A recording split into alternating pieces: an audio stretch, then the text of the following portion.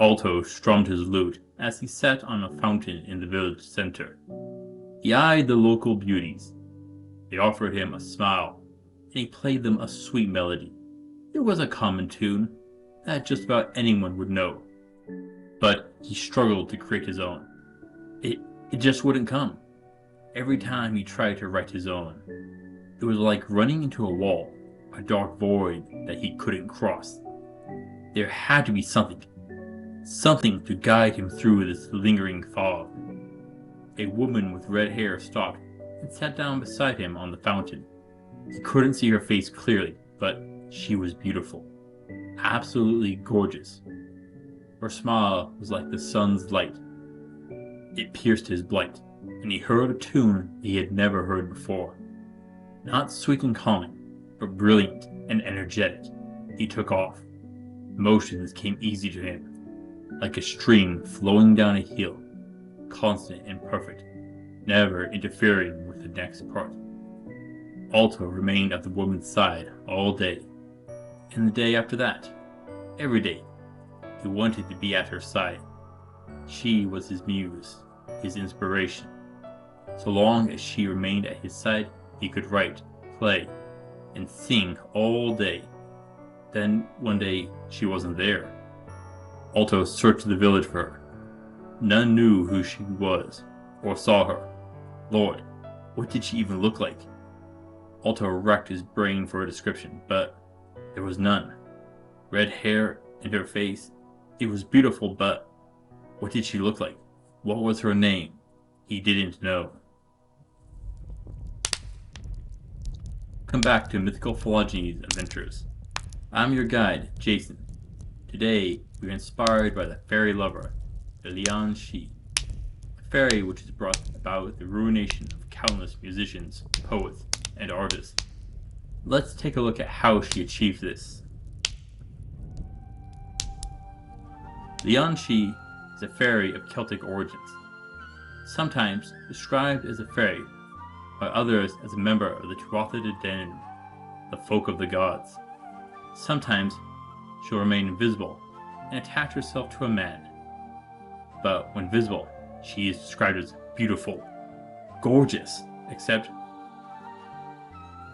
she has no face, or it changes based on who looks at her. She will entice and seduce men, ask them to be her lover. But not just any man. She has a heavy preference for the creative types, artists, poets, musicians, authors, and other performers. She lures them to her side, where they fall in love and become obsessed with her. They will become blind to anything else. Yet, this isn't a one-sided relationship. Those who she takes are inspired. They become prolific in their fields. They will write and sing without end, but this is dangerous. Often, they will neglect their health, become mentally unstable, and eventually die. This is due to the Leoneshei herself. She drains the life from her lover and leaves them a dried up husk. Death does not end their relationship though. No. If you fall for her, you become her slave, even in death. She'll take your soul to her home in Tir Nunog, the fairylands, or a hidden lair in the land of men, a fairy mound.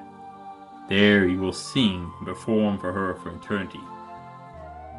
Also a victim of hers would be someone like Vincent van Gogh and many Hollywood actors which have fallen upon drugs and suicide.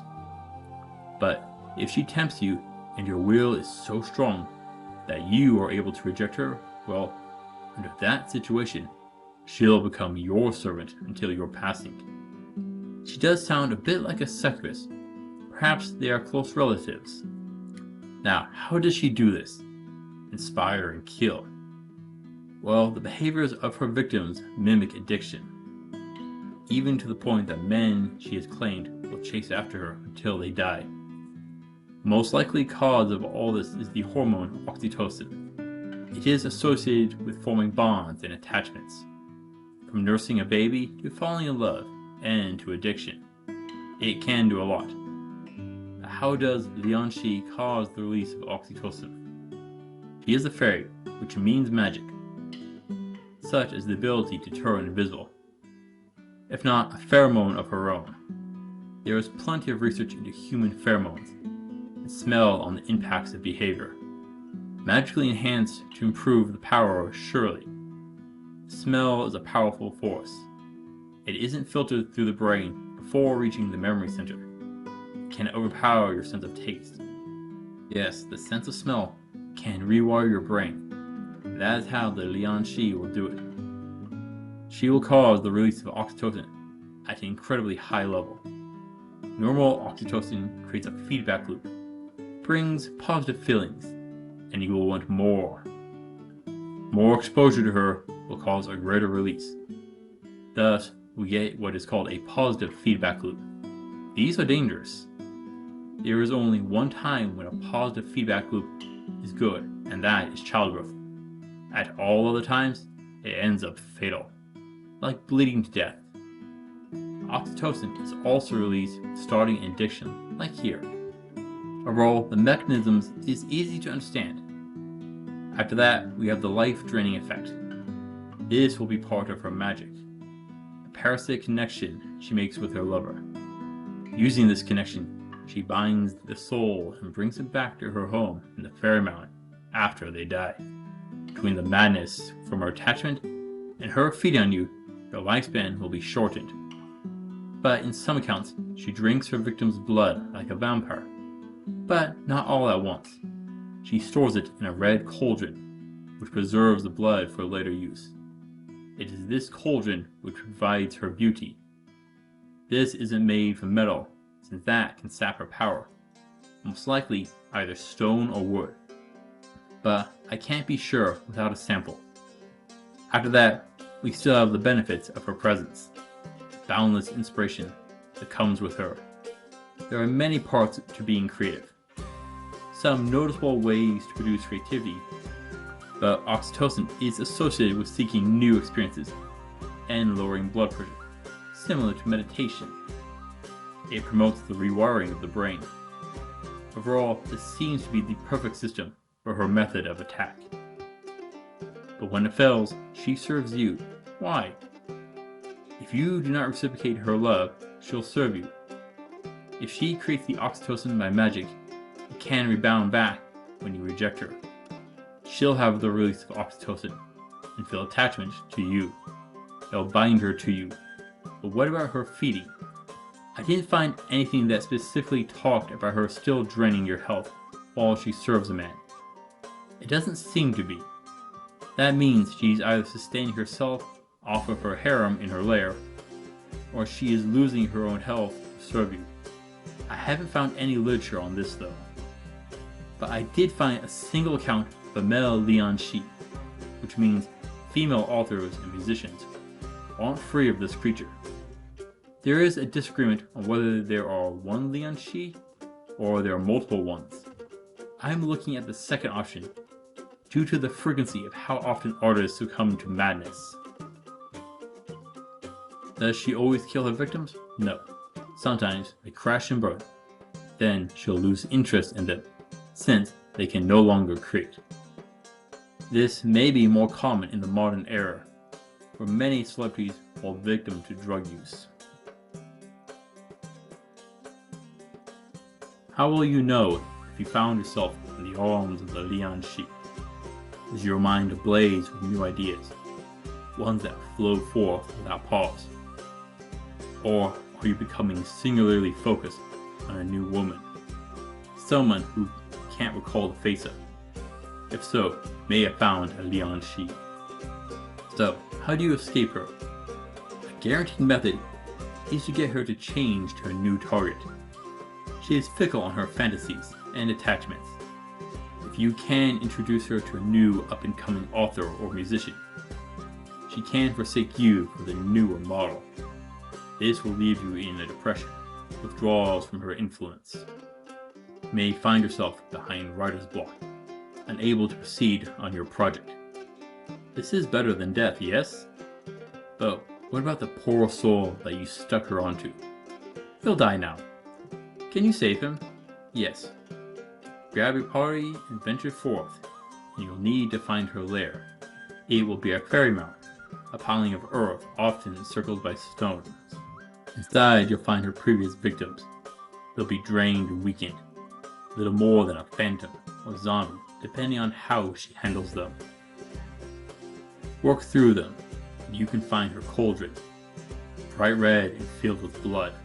Pour it out, destroy it. That will remove her life force, and she can starve now. But she won't go down without a fight. Stop her. Pick your party right. Don't bring the artsy ones. Get brutes. Low brains and lots of brawn. These ones she'll reject, but may try to manipulate them. But I'd avoid a male party. Use women, those she can't trick. Ones that she'll be competing with. Yes, keep the men out and send in the ladies. Now, like most fairies, she doesn't like cold iron or wrought iron. This is what you want for your armor and weapons to be made from. It is a fairly easy material to make, and easy to find a blacksmith who can make it. Use a sword, a mace, or metal arrow to bring her down. Physically, she isn't that strong, though she may be able to fly and be more mobile. But in her lair, that will limit her. She won't want to leave without her cauldron. Keep it under guard or set a trap for her to fall into. What you do will depend on how long you have been preparing for. Be ready, for she can be invisible, and you'll want to make sure she has only one way into your trap. She could use it to escape from danger. Leoneshei isn't a brawler, why I'm giving her a 3 of 10 for difficulty. She is very picky on her targets. That means you can't predict who she'll go after. The local bard, painter, or sculptor are all on the table. How many in your town? She is weak to the very common wrought iron, and lacks any deadly innate weapons. She also has the major weakness in her red cauldron. She'll flirt and is fickle in her loyalties. Overall, she isn't that strong in battle, relies on her parasitic feeding to pose a threat, and that will take time.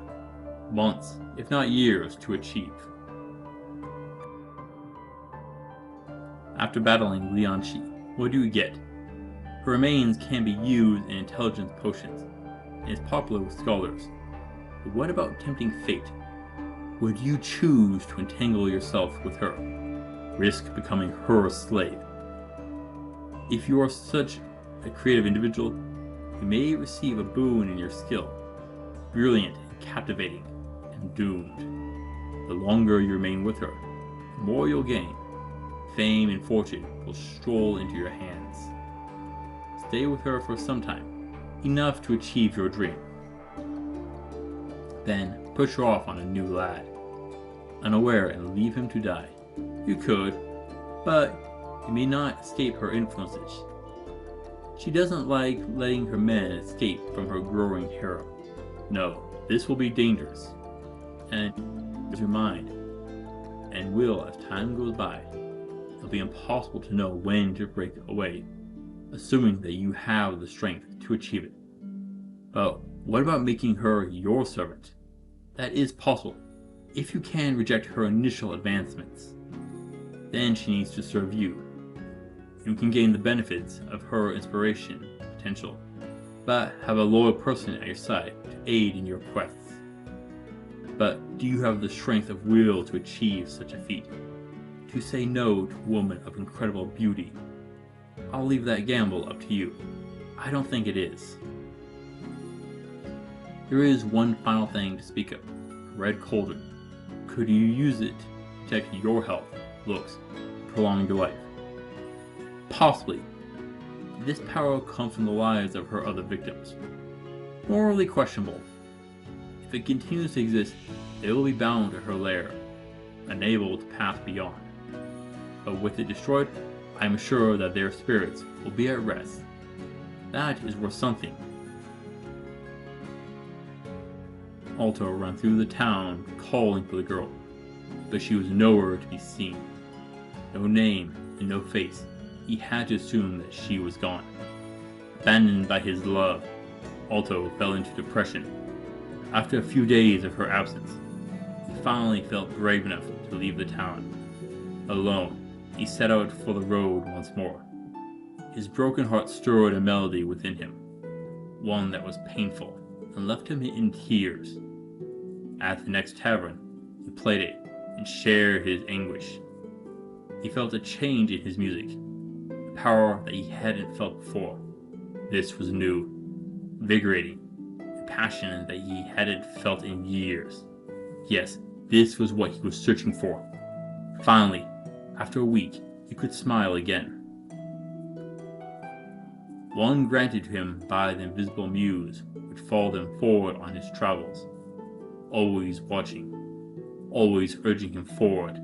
His inspiration flowed from her, even if he didn't see her. With it, she drained his strength. This was a feast she wanted to savor. Leoneshei is a strange foe. She can be dangerous, but not in the traditional sense. She is patient and offers a boon to those she inspires, one that will slowly take away their life while she lives. Thank you for watching, Avengers. Please return next week for the Striga. Until then, I'll see you on the roads.